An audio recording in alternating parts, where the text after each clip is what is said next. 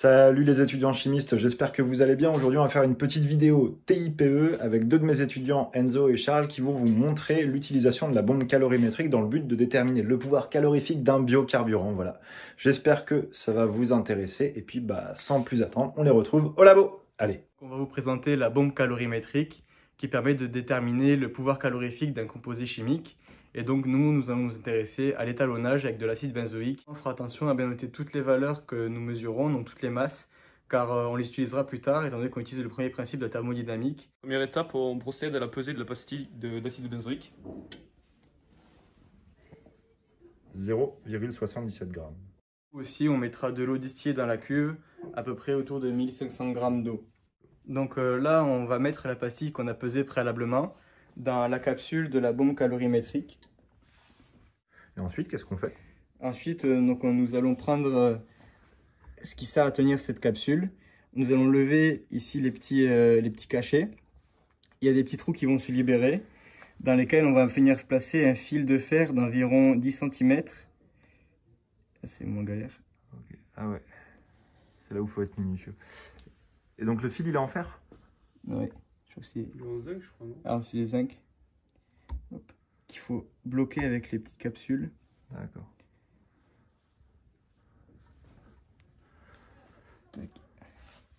Ensuite, on fera en sorte de mettre le fil en contact avec la pastille d'acide benzoïque sans toucher les parois de la capsule. Et si c'est un liquide alors? Du coup, si c'est un liquide, on va procéder de la même façon dans toute notre expérience.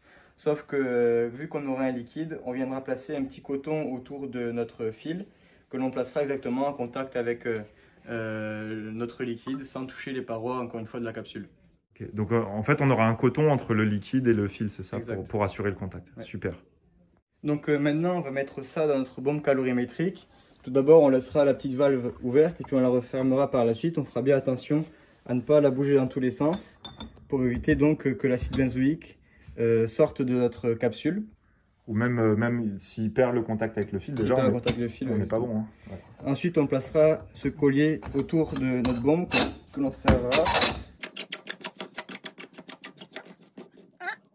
On pourra ensuite refermer la petite valve. Hop, et maintenant, on peut mettre la pression dans la bombe calorimétrique. Mettons la pression, mettons la pression. Alors maintenant, on va mettre 30 barres de pression de dioxygène dans la bombe. On le clipse dans ce sens.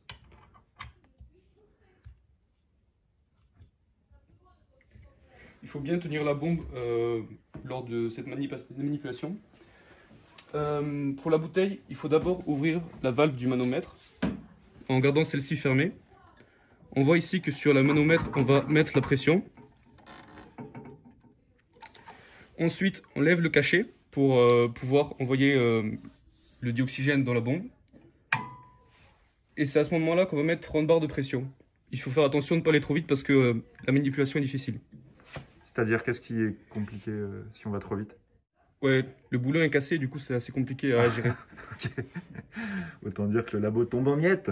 Ça monte assez vite aussi sur le manomètre. Eh oui. Donc là, on a l'assistant qui se prépare à l'explosion. Ok, la pression monte.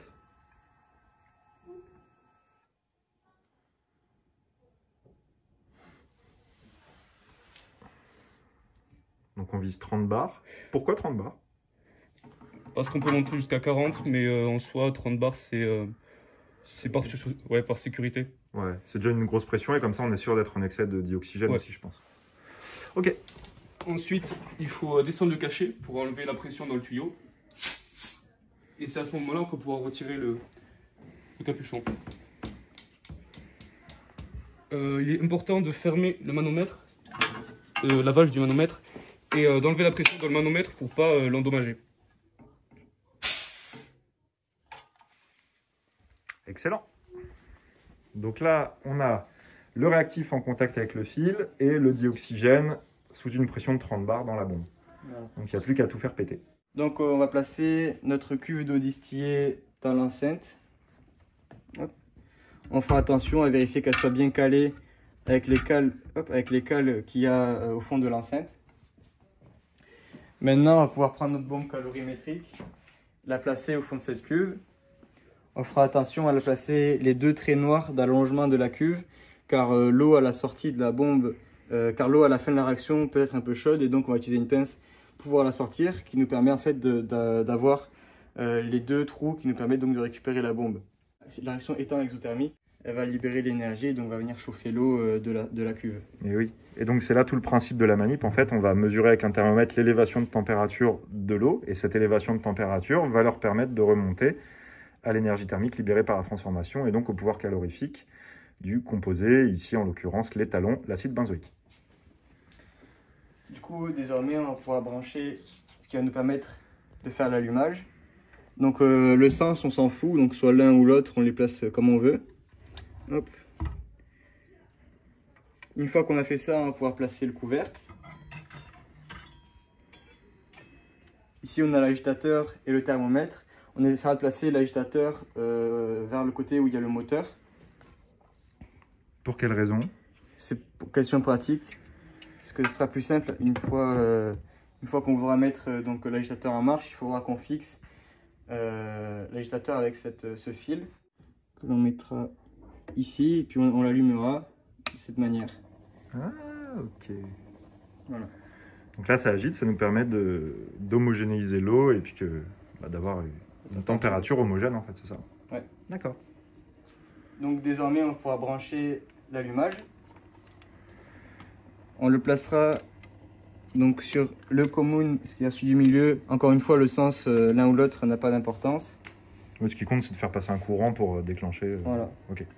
Et le 10 cm, on les fixera en vissant. Hop. On vérifie après que ce soit bien fixé. Et alors attends, ça vient d'où? Ces fils, ils étaient directement sur... C'est ceux qu'on a branchés sur la bombe calorimétrique. Eh oui. Magnifique. Donc désormais, on peut commencer à allumer le thermomètre, à récupérer les valeurs au fur et à mesure du temps. On attend à peu près 4 à 5 minutes, le temps que la température de l'eau dans la bombe soit homogène et à peu près constante. Alors on peut procéder à l'allumage. Pour vérifier que cet allumage soit effectif, il faut que lorsque l'on appuie, je le fais. Explique-nous d'abord ce que tu veux voir. Ok. Lorsque l'on appuie, une lumière rouge s'allume. Ça signifie qu'un courant est passé dans le fil. S'il n'y a pas de lumière rouge, ça ne sert à rien d'attendre, car on ne pourra pas avoir d'allumage. Il faut ressortir la bombe et remettre le système en place. Après avoir appuyé, on peut réappuyer pour être sûr que l'allumage soit bien effectué. Et on peut aussi vérifier que l'allumage a bien fonctionné en voyant dès les premières minutes la température augmenter significativement. On allume? Okay. Mise à feu? Okay. Vas-y. On procède d'abord à la mise à feu. Ah, il y a eu l'allumage. Et là, tu réappuies, c'est juste pour voir que le fil a bien cramé, enfin, le fil a bien été consommé. Du coup, là, on attend de voir sur le thermomètre si l'allumage a été efficace ou pas. Oui, parce que ce qui peut se passer, c'est que le fil soit consommé, mais que... Ouais, que le fil ne soit plus en contact avec l'acide benzoïque et du coup que le fil soit consommé, mais qu'il n'y ait pas combustion dans la bombe. Ah, et là, on serait bien embêté. Disons que s'il y a bien eu la mise à feu et que l'acide benzoïque est consommé, tu attends une élévation de température en ordre de grandeur, c'est combien de degrés? Au maximum, enfin sur toute la longueur, sur 10 minutes, c'est 1,5 degré à peu près. Et s'il n'y a pas d'élévation de température, c'est que l'acide benzoïque n'était plus en contact avec le fil. Là, donc, on a la manip qui est terminée. On peut éteindre le moteur qui correspond à l'agitateur. On peut enlever ce qui permet d'agiter. On sort le couvercle que l'on place bien sur ce qui est fait pour ça. On peut enlever les 2 fils qui permettent l'allumage. On sort la bombe. Là, l'eau elle n'est pas trop chaude, donc on n'a pas besoin d'une pince pour la sortir. Hop. Du coup, là, on fait bien attention, vu qu'on veut enlever la pression qui est dans la bombe. On évitera donc de dévisser directement. C'est pour ça qu'on a la petite valve ici. On commencera par la faire tourner dans ce sens légèrement pour faire sortir un petit peu la pression. Ok. Puis on attend au fur et à mesure que la pression sorte. Ah ouais, sinon là, il y a un gros risque, c'est vraiment là qu'il faut faire attention. Ouais, en fait. attention. Okay. Là, et quand on met la pression dedans aussi. Ouais. Bon, c'est tous les moments où vous manipulez des fortes variations de pression qu'il y a vraiment un risque et donc il faut vraiment faire gaffe à ce que vous faites.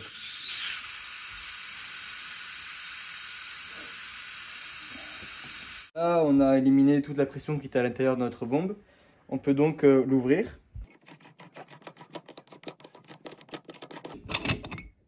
Voilà.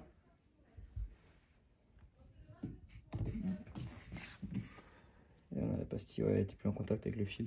Voilà. Bon, la pastille a survécu. Bah, le fil aussi. Le fil aussi, ouais. Ah non, il est cassé. était- Ouais, puis après, voilà, on peut replacer tout où c'était. Et puis, normalement, il est plus censé avoir la pastille dedans.